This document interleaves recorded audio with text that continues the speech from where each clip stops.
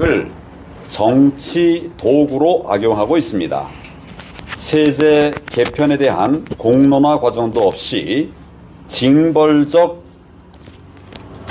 편가르기식 세제 개악에 몰두하고 있습니다.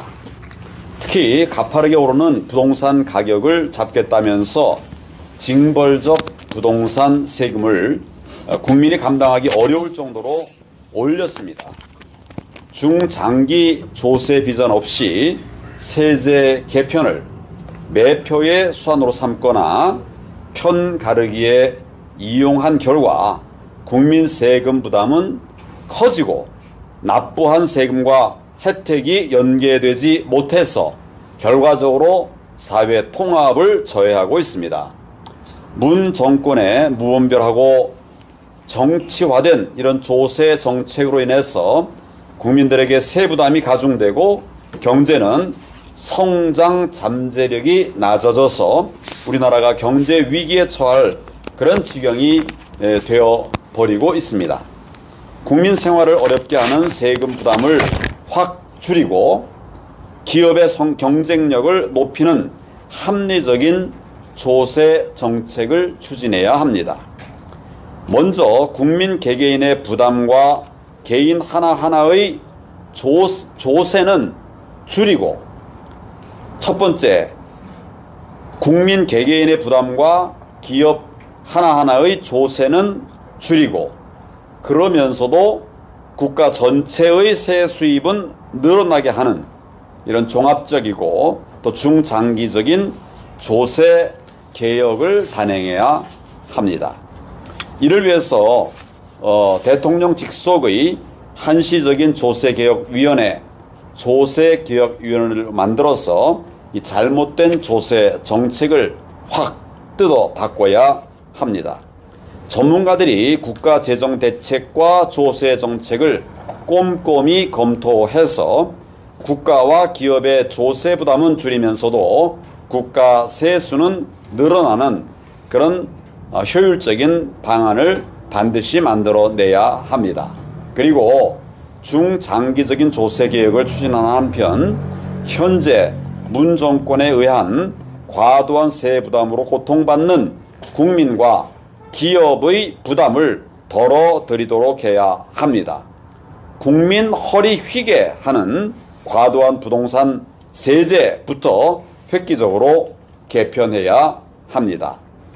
문재인 정부의 부동산 관련 세금은 부동산 가격 폭등, 과세 대상 확대, 세율 인상, 공시지가 인상 등 4중의 부담으로 폭등하고 있습니다. 집을 갖고 있으면 재산세, 종부세 등 보유세 부담이 큽니다. 또 집을 팔려고 해도 취득세, 양도소득세 등 거래세가 부담스럽습니다. 집을 갖고 있기도 어렵고 팔기도 어려운 이런 구조를 만들어 놓았습니다. 또 이러한 과도한 과세가 주택 거래 물량을 줄이고 있습니다. 그래서 부동산 가격을 오히려 급등시키고 있습니다. 이는 다시 이 집 가진 사람들의 세 부담을 더 크게 하는 이런 악순환이 지금 반복되고 있습니다. 이제 세금 폭탄 없는 나라를 만들어야 합니다. 이를 위해서 저는 삼면, 삼감 세제 개혁을 주장을 합니다. 세 종류는 아예 면제하고 세 종류는 감경하는 것입니다. 먼저 삼면입니다. 세 가지 종류의 세금은 없애야 된다 하는 것입니다. 1. 주택의 양도소득세를 면제해야 합니다. 한시적으로 1년간은 1가구 세주택까지 3주택까지 양도소득세를 면제해서 시장에 매물이 나오도록 해야 됩니다. 이걸 통해서 주택 가격이 안정되도록 해야 하기 때문입니다. 그리고 1년이 지난 다음부터는 1가구 1주택자들에 대해서는 양도소득세를 면제하는 것이 필요합니다. 평생 고생을 해서 집 하나 가지고 있고 이제 다른 소득은 없어졌는데도 집 가진 자다. 1가구 1주택인데도 그걸 집 가진 자라고 그래가지고 중과세를 버리면 낼 돈이 없는 거예요. 이런 잘못된 조세 정책 이제 확실하게 바꿔야 됩니다. 5년 이상 보유한 1가구 1주택에 대한 종합부동산세를 면제해야 합니다.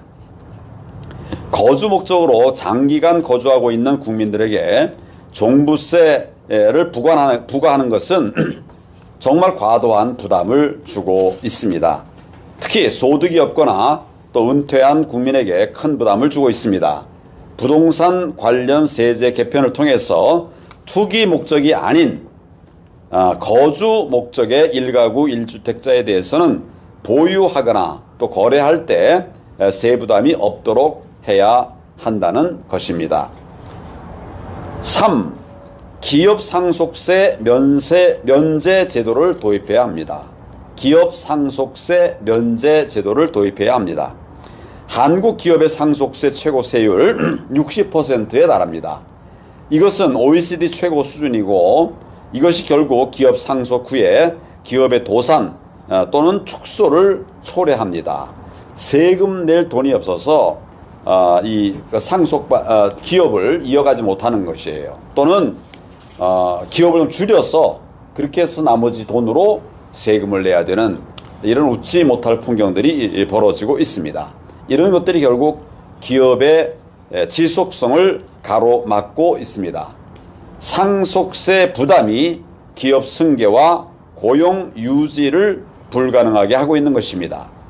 따라서 기업 상속자가 기업을 정상적으로 운영한 기간에 따라서 상속세를 차등 적용해서 일정 기간 이상, 일정 규모 이하의 중소기업에 대해서는 상속세를 면제하는 이런 과감한 정책이 필요합니다. 그렇게 되면 기업이 이어져 가서 일자리도 계속 지켜낼 수가 있게 되는 것입니다.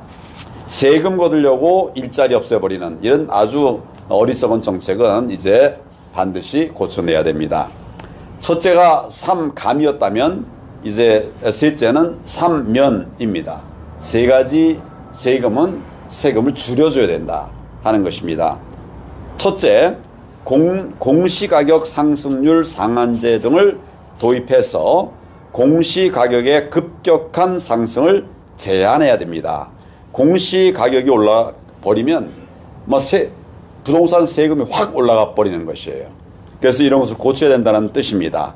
공시가격의 급격한 상승은 재산세 또 세금뿐만 아니라 건강보험료 이런 것 등을 상승시켜서 국민에게 정말 큰 부담을 주고 있습니다. 그러므로 공시가격 상승률 상한제를 도입해서 재산세나 또 이런 건강보험료, 전기료 이런 것들의 세금 부담을 같이 줄일 필요가 있습니다. 둘째, 생필품 부가가치세를 인하해야 합니다. 서민과 중산층의 세금 부담을 줄이기 위해서 필요한 것입니다. 생필품의 부가가치세 현재 10%인데 이것을 7%로 인하하는 것이 필요합니다. 현재 우리 부가가치세는 두 종류가 있습니다. 하나는 생필품 부가가치, 또 하나는 사치품 부가가치. 그 두 가지 종류의 부가가치세가 있는데 지금 우리는 다 구분 없이 일괄적으로 10%를 적용해서 서민층의 생활에 큰 부담을 주고 있습니다. 10,000원 거래를 하면 1,000원의 부가가치세를 내는 것이 바로 이런 것이죠. 그 중에 생필품에 대한 부가가치세 인하 혜택을 주게 되면 그 혜택은 전 국민에게 다 돌아가죠. 우리 생활 중에 쓰는 이런 생필품 부가가치세가 많이 줄어들기 때문입니다. 특히 서민층의 생활비 부담을 덜어주는 효과가 더 커지는 것입니다. 다만 생필품 이외에 사치품에 대한 부가가치세는 오히려 더 인상을 할 수도 있습니다. 그렇게 해서 전체적으로 부가가치세 세수를 유지하는 이런 현명한 방법 마련이 필요하다고 봅니다. 셋째, 기업 법인세율 문제입니다. 기업 법인세율을 OECD 평균 이하로 인하해야 합니다. 우리나라의 법인세 최고 세율은 25%입니다. 이것은 OECD 38개 나라 중에서 8번째로 높은 수준입니다. 많이 높은 편이죠.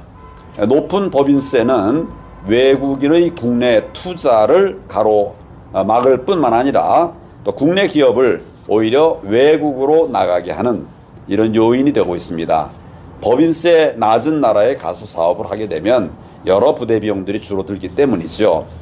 기업 투자를 활성화하고 또 일자리를 창출하기 위해서는 법인세율을 인하해야 합니다.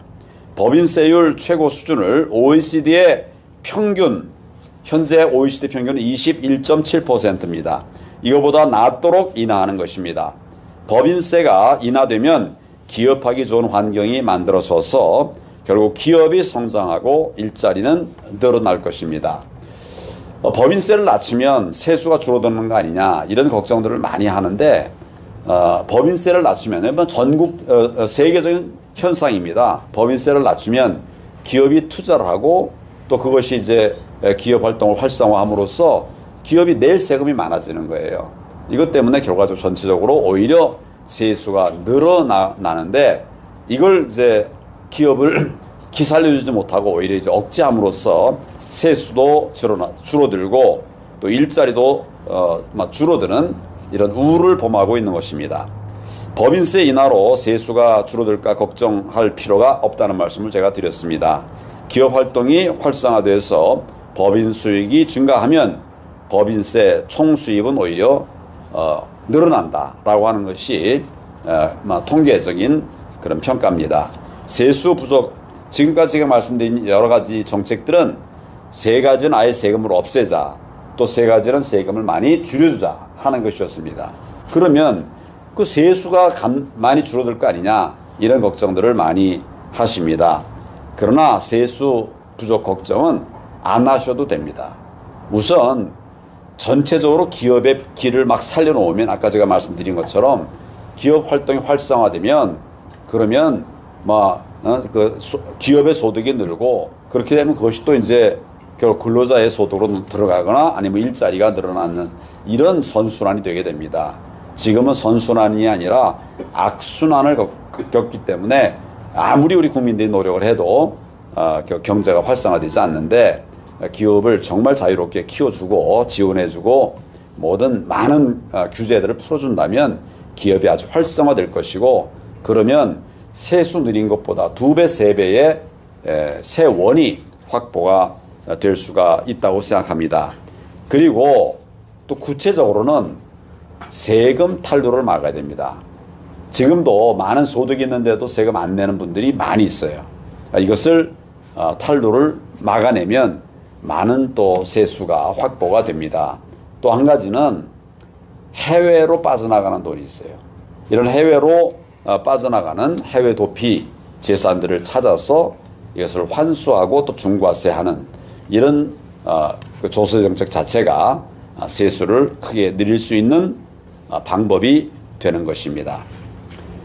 저는 국민 개개인과 개별 기업의 세금 부담을 줄이면서도 우리 국민 소득 증가와 또 기업의 경제활동 활성화, 기업의 성장을 통해서 국가 세입은 늘어나는 이런 획기적인 조세 개편을 반드시 이루도록 해야 한다고 생각을 합니다. 넓은 의미에서는 이것도 시장 경제의 회복입니다. 정말 기업을 살려놓으니까 기업이 활성화되고 그래서 세수가 늘어나고 또 그렇게 해서 그 세수가 다시 근로자나 어려운 사람들에게 환류되는 이런 것들이 시장 경제의 기본 원리예요. 그런데 이걸 억제하면 억제해서 세금을 늘려서 억제하면 그건 가장 아주 참 미련한 방법이죠. 세금을 늘려서 기업 활동으로 억제하면 결국은 이제 기업의 활동이 줄어들고 그럼 또 세금도 내기가 어려워지고 세원 자체가 줄어드니까 이런 악순환이 반복되는 것입니다. 반드시 이런 조세 개혁을 통해서 국민들 세금 폭탄 걱정 없는 이런 나라 만들도록 하겠습니다. 감사합니다. 네, 오늘 갑자기 이제 해서 우리 청년들이 제 쟁점이 뭔지 정말 포착하기가 찾아내기가 쉽지 않았을 수 있을 것 같아요. 혹시라도 막 궁금한 게 있으면 궁금하거나 이제 좀 보완이 필요하다 싶은 게 있으면 한번 의견을 한번 얘기를 해 주세요.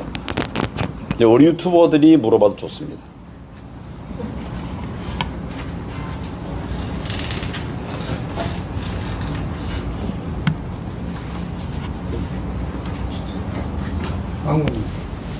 종합부동산세에 대해서 한번 제가 부동산 세금에 대해서 얘기를 하겠는데요. 지금 우리나라 집값이 치솟는 이유가 세제로 너무 많은 거를 사람들이 집을 팔지 못하고 있지 않습니까? 만약에 지금 집을 가진 사람들의 상황을 보면 세금이 양도세가 너무 많이 나와가지고 팔아도 이제 건질 게 없는 상황이라 이러지도 못하고 저러지도 못하는 상황이 이제 매물이 묶여가지고 지금 현재 집값이 계속 고공으로 치솟고 있는 상황인데 맞습니다. 이 양도소득세를 완화하게 되는 거에 대해서는 어떻게 생각하는지 황 후보님의 고견을 듣고 싶습니다. 하여튼 기본적으로 세금은 소득이 생겼을 때 부과하는 게 원칙입니다. 양도한다고 소득이 생기는 건 아니잖아요. 있는 물건을 이전한 것이잖아요. 뭐 새로 생긴 게 아니니까. 그러나 그런 이전에도 또 이제 세금 부과가 필요한 측면이 있으니까 적정 세율이 필요하다는 거예요. 그러니까 제 생각은 양도소득세에 대해서도 이것을 뭐 살 때는 10억인데 팔 때가 15억이 됐다. 그러니까 5억 뭐 부당이득 취득한 거 아니냐. 이런 관점에서 이걸 이제 규제하는 것이 이게 경제 국가주의거든요. 그러니까 뭐 예를 들어서 5억을 더 받았으면 뭐 한 2억 정도를 이제 뭐 세금으로 회수한다고 그러면 그 조세 반발이 크지 않겠죠. 그리고 이런 것들이 전체적으로 부동산 거래를 또 활성화해서 세 채 팔릴 거를 10채 팔면 아까 지금 제가 말씀드린 것처럼 2억을 걷는다 할 때 10채 하면 20억이 되는 거 아닙니까? 근데 5억을 해서 세 채 하면 15억밖에 안 되잖아요. 금방 계산해 보지 않았습니까? 그래서 적정한 세금을 부과하는 것이 맞는데 지금 우리는 너무 과다하다. 전체적으로 내가 과다하다. 이런 말씀을 아까 드린 겁니다. 아까 제가 이제 부동산 관련 세금이 올라가는 그런 원인으로 네 가지를 말씀을 드렸어요. 우선은 부동산 가격이 이제 오르고 있죠. 여러 가지 원인에 의해서 부동산 가격이 오르는 이것이 이제 어떻게 보면 결과적인 그런 문제고 또 두 번째로는 과세 대상이 확대되는 거예요.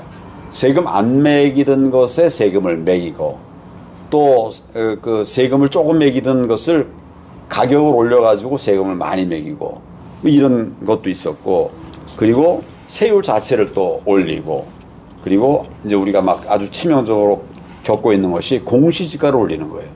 그냥 같은 집을 가지고 있는데 공시지가를 올려버리니까 각종 세금이 다 올라가 버리는 거죠. 뭐 이런 것들이 이제 원인이 되고 있는데 뭐 그 중에 중요한 것이 하나가 이제 양도소득세 문제이기도 합니다. 세금을 하여튼 우리나라 세금은 30여 종이 있어요. 30여 종이 있는데 이 세금의 종류가 많다는 것은 결국 국민 부담이 많아지는 겁니다. 결과적으로 보면 세금 종류가 적으면 국민 세금 부담이 적은데 그럼 나라 살림은 뭐로 하느냐? 결국은 이제 기업 활성화를 통해서 기업의 수입이 늘고 그래서 세수가 많아지는 이게 가장 좋은 선순환이다. 뭐 이런 것이죠. 또 다른 질문 있으면 한번. 질문 한 가지만 더 해도 될까요? 이거 다른 분 질문 먼저 듣고. 예. 네, 대표님 세금 폭탄 없는 세상이라는 중대 발표를 잘 들었는데요. 지금 문재인 정부 들어와서 우리 대한민국의 국가 채무가 무려 1,088조 2022년도에 그래서 우리 국가 채무의 50% 마지노선까지 깨졌다고 지금 이렇게 그럼 결국 지금 이 자리에 모여있는 우리 청년들이 나중에 갚아야 될 세금으로 돌아오는 거 아니겠습니까? 그렇습니다. 예, 이 부분에 대해서 대표님께서 만약에 대통령이 되신다면은 어떤 국가 채무를 이렇게 진짜 급격하게 늘리는 게 맞는 건지, 아니면 이 방법에 대해서 우리 청년들이 앞으로 짊어지고 가야 될 세금을 어떻게 낮출 수 있는 방법이 있는 건지 좋은 말씀 좀 부탁드리겠습니다. 저는 우리 국가 부채율이 37%, 많으면 38% 이 정도 선에서 유지가 돼야 정말 국정을 원활하게 그렇게 수행을 하면서 또 국민들에게 부담도 이제 덜 주는 이런 것으로 그렇게 분석을 해왔었습니다.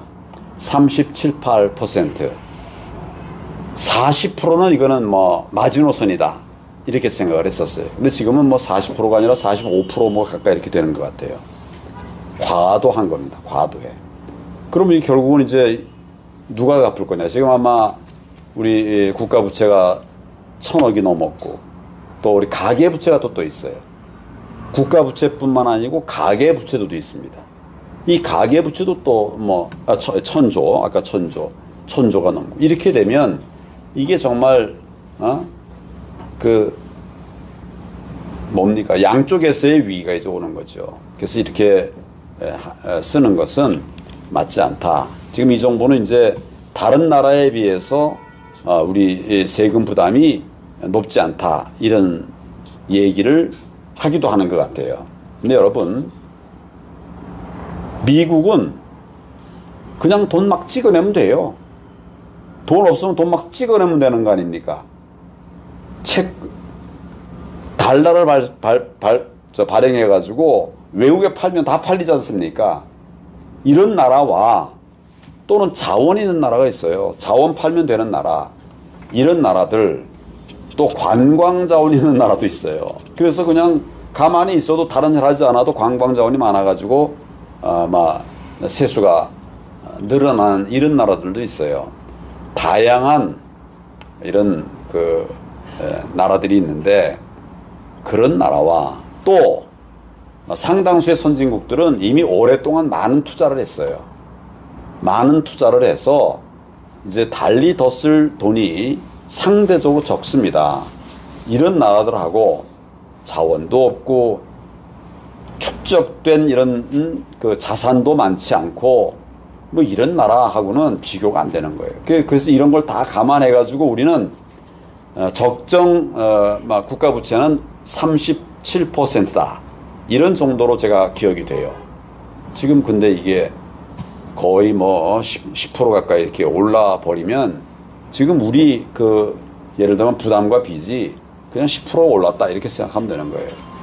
그러면 이제 10%가 올라 버리면 삶은 어떻게 되냐. 제가 볼 때는 한 3, 40%의 어려움이 생기는 거예요. 왜냐하면 내 재산이 10%가 없었을 때 우선 한번 여러분 10억이 여러분들이 있다고 합시다. 그럼 그 10억이 주로 어디가 있습니까? 부동산이라든지 필수 예산 여기에 대부분이 들어가 있고 내가 쓸 수 있는 돈 이거는 별로 안 돼요. 근데 거기서 이제 막 이렇게 부담이 늘어나면 그러면 정말 말 그대로 삶이 어려워지는 거죠. 그래서 이런 정책은 아주 잘못된 정책이고 저는 하루빨리 세금 정책도 정상화돼야 된다 이런 생각을 합니다. 5년 전으로 되돌리면 돼요. 5년 전으로. 그때도 이제 그래도 이제 우리가 나라가 성장해 가고 있기 때문에 세금을 조금씩 올려야 된다. 그래야 이제 쓸 돈이 생기니까.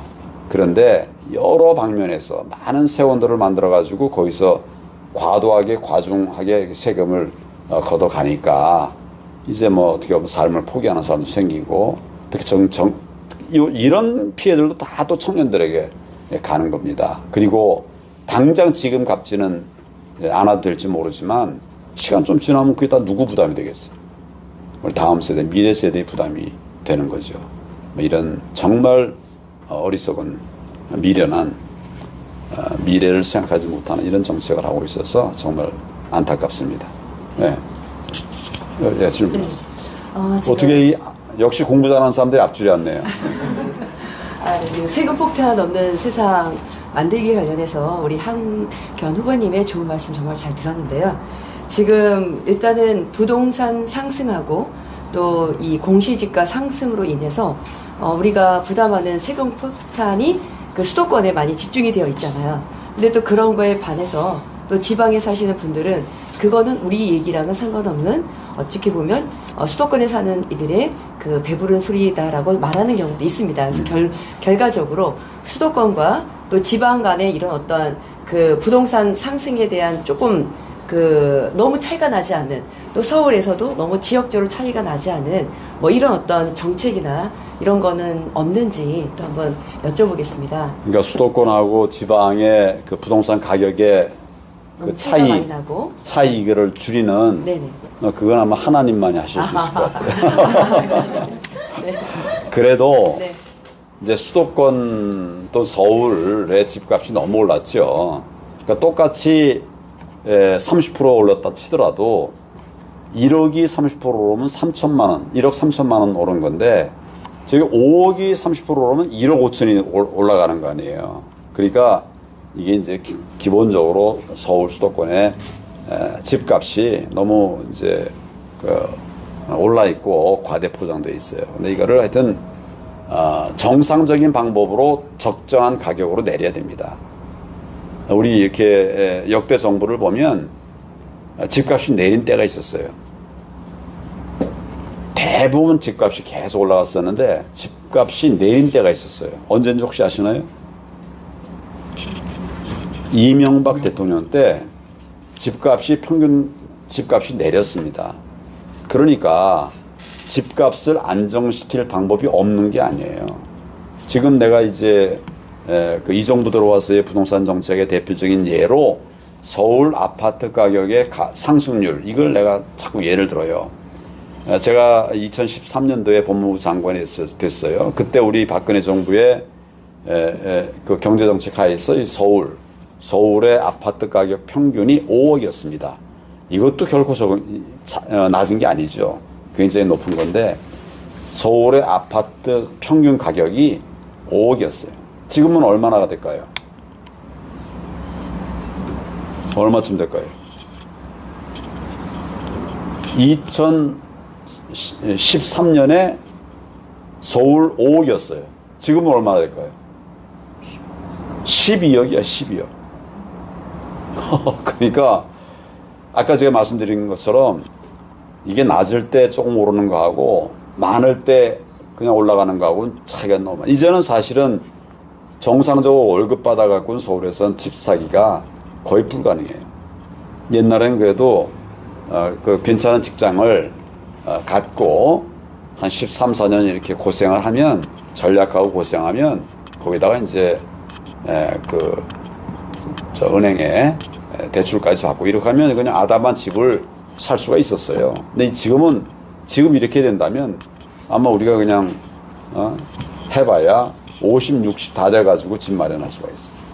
그 청년들의 꿈이 사라져 버리는 것이죠. 이걸 하여튼 정말 혁명적인 조치를 통해서 정상화해야 된다. 아까 내가 어떻게 정상화할 수 있는가에 대해서는 MB 정부 때를 내가 예를 들었죠. 근데 그런 길이 있는 거예요. 그러니까 공급을 충분하게 하고, 그 다음에 이 자체도 시장 거래도 좀 자유로하고 좀 자유롭게 주고받을 수 있게 이렇게 하다 보면 정부는 이제 많은 집을 공급해 주는 것이 필요해요.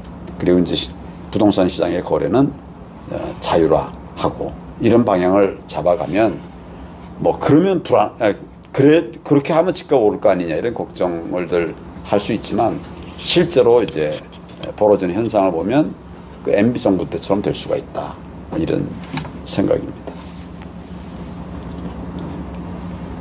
네, 뒷줄에서도 그래요. 네.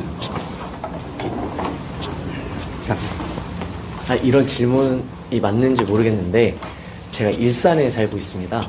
근데 저희 일산 사람들에게 가장 요즘 좀 주요 관심대라고 하면 일산대교 통행 문제가 있는데, 그게 처음에 원래 무료화가 됐다가 사실 내일 모레부터는 다시 유료화가 된다고 알고 있어요. 근데 제가 알기론 민자도로가 공익처분이 된 게 이번에 일산대교가 처음으로 알고 있는데. 민자도로가 민자 도로 국민연금에서 운영을 하던 게 어떻게 보면 세금으로 충당이 되는 거잖아요. 그렇죠. 그것에 대해서 어떤 의견이신지 좀 대표님의 말씀이 궁금합니다. 민자도로에 대해서 그러니까 이거를 이제 일산대교가- 통행료를 안 받으면 예.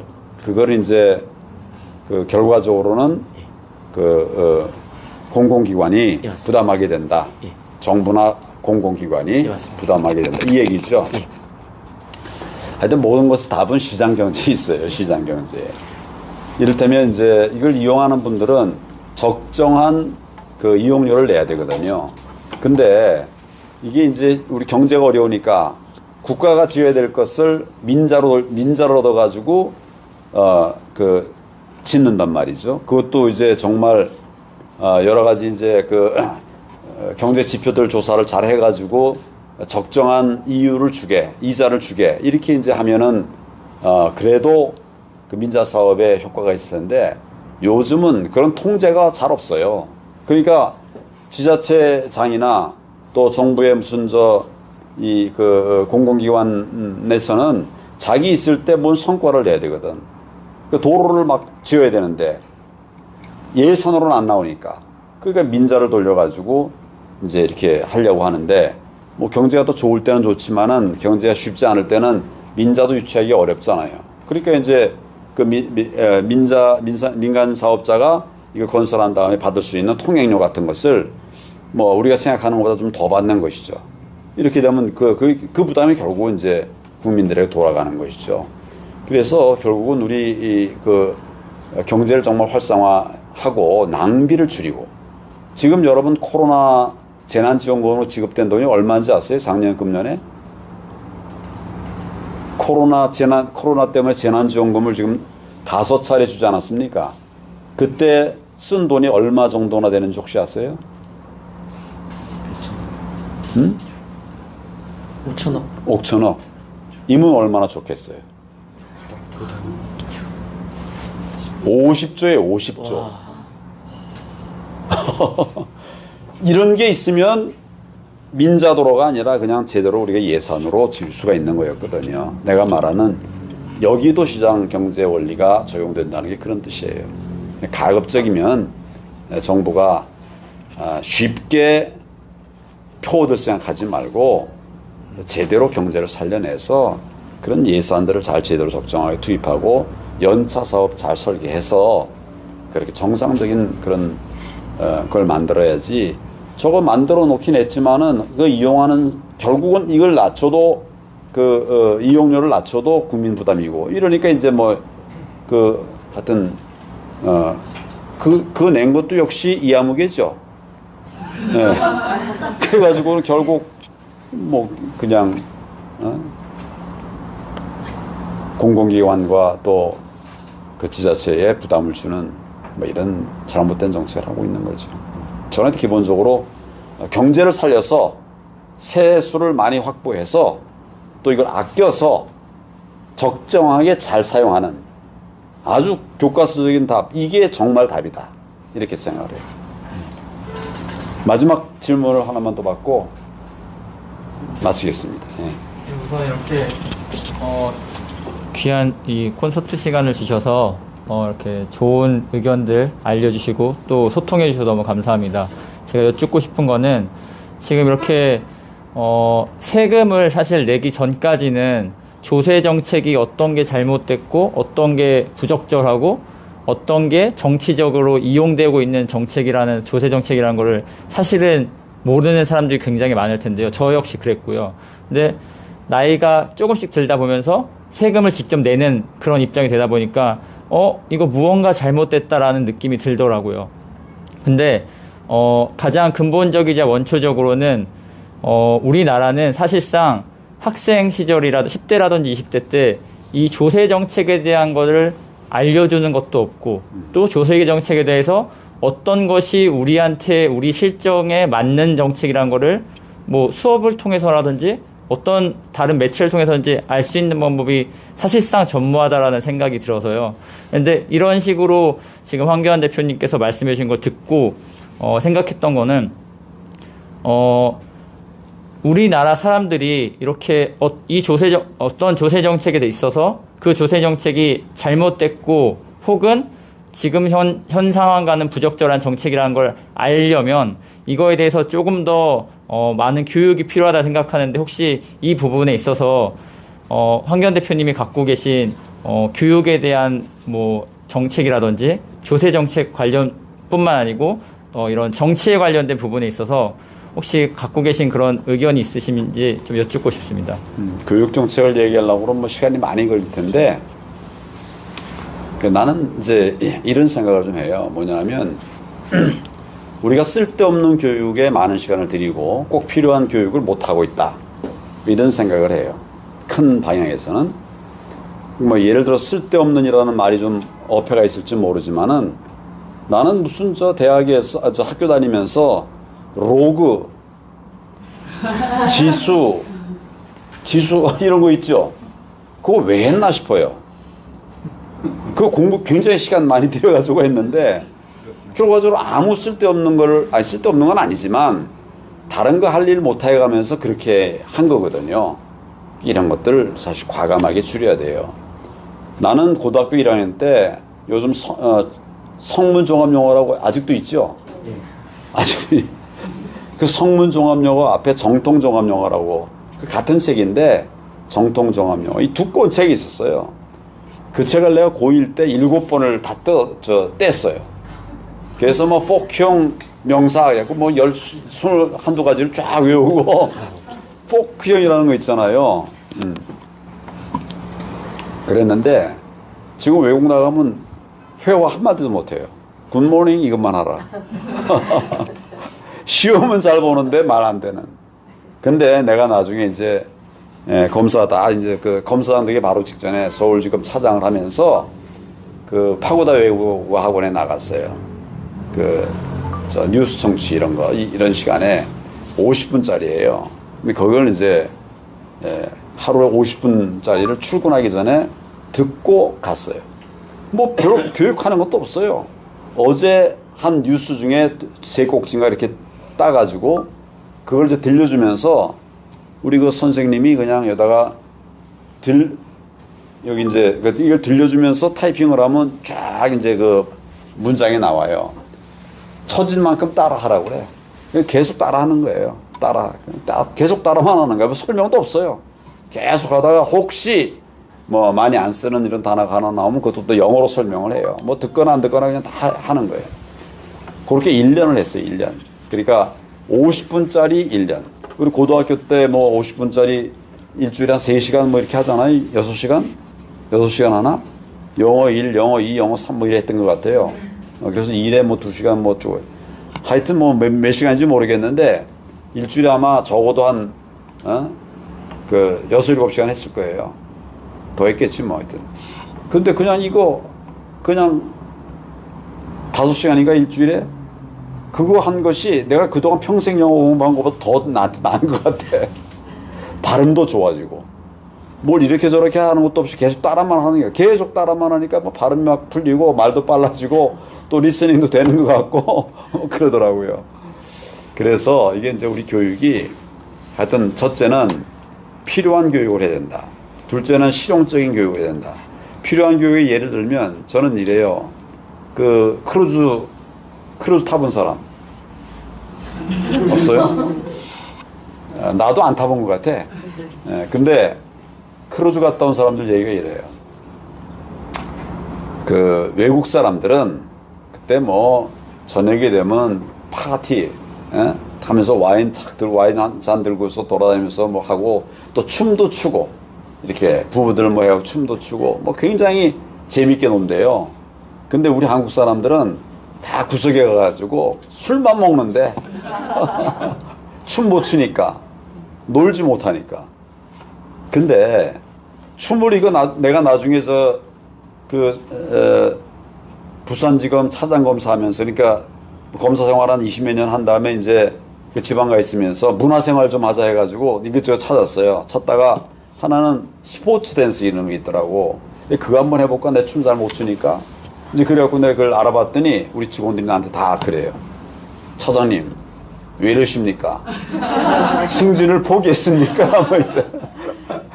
그래서 그때 이제 색소폰으로 바꿨어요. 배우는 거를. 근데 학교 다닐 때 이런 거 다 해야 돼요, 사실은. 스포츠도 한 2가지 정도는 어느 정도 할 수 있게 해야 되고, 또 뭐 이렇게 요새 스포츠 하라고 그러니까 그냥 골대 집어넣는 거 갖고 점수도 매긴다 그래갖고 아빠 엄마 다 나가가지고 연습하게 더 만들고, 이거 아니고 정말 편안하게 이렇게 하고, 또 뭐 이렇게 뭡니까 골프 같은 것도 좀 이렇게 가르치고, 뭐 더 중요한 거는 생존 교육을 해야 돼요. 학교에서. 예를 들면 이제 여러분들이 이제 나중에 애 낳고 뭐 이래가지고 이제 어디 놀러 갔는데 애가 물에 빠졌단 말이에요. 그거 어떡할 거예요? 구해야 되는데 우리가 그 구조 훈련 받아 보질 못했어요. 그러니까 애가 빠지면 그냥 놀래가지고 자기도 들어갔다가 애한테 붙들려가지고 같이 둘이 이제 익사하는 거예요. 그 빠지면은 어떻게 구조한다 이런 게 방법이 있지 않습니까? 뒤로 가서 뭐 목을 잡아가지고 이렇게. 근데 그냥 같이 가서 애 구한다고 그냥 끌어안고 같이 다 빠져버리는 거예요.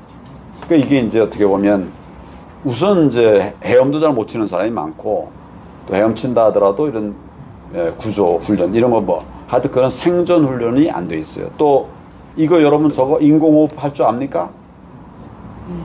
인공호흡 할 줄 아는 분 손 들어보세요. 이거 못하는 사람들은 그러면 우리 애가 또 그렇게 되면 이거 뭐 그거 어떻게 할 거예요? 이런 걸 다 해야 된다는 거죠. 그런데 시간을 들이고, 또 정말 필요한 영어 쓸 수 있는 이런 데 시간을 들이고, 불필요한 시간들은 과감하게 줄여야 된다고 난 생각해요. 내가 막 자꾸 예를 드는 게 지수로고인데 뭐 그런 거. 또 영어 공부. 그 무슨 정말 그 많은 시간들 들였지만, 그래서 이런 것을 기본적으로 잡으려면 저는 교육부를 해체 수준의 변화를 줘야 된다 이런 생각을 합니다. 여기도 또 자율이에요. 자유가 주어져야 이 경쟁이 생기는 건데, 한번 보세요. 우리 여러분 임용고시 교사 되려면 임용고시 치르죠. 임용고시가 쉽습니까? 어렵습니까? 어려워요? 그럼 이런 사람하고 학원에 있는 선생님이 더 우수합니까? 그럼 임용고시 치른 선생님이 더 우수합니까? 뭐 단순 비교는 안 되겠지만 전체적으로 보면 임용고시 패스한 분들이 더 우수하지 않겠습니까? 근데 여기다가 시장 경제를 적용하지 못하니까 결과적으로 경쟁하지 않고, 학원 선생님들은 살아남기 위해서 경쟁하고, 이러니까 뭐 예상 문제도 맞추고 다 이러는데, 우수했던 선생님들은 뭐 그런 걸 이제 안 하거나 못하면 이러면 경쟁력이 생기고 자꾸 사교육이 커져가는 거죠. 뭐 이런 것들이 이제 교육에서 큰 문제라고 좀 생각합니다. 자, 요 정도까지 할까요? 예. 감사합니다.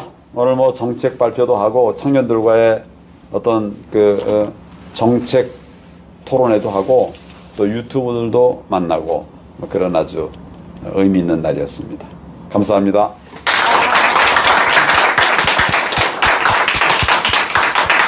오신 유튜브 들에게도 감사합니다. 청년들은 저 옆으로 가서 우리 재미있는 시간 갖도록 합시다. 네, 지금까지 세금 폭탄 없는 세상 황교안 대표님 말씀해 주셨습니다. 방송 마치겠습니다.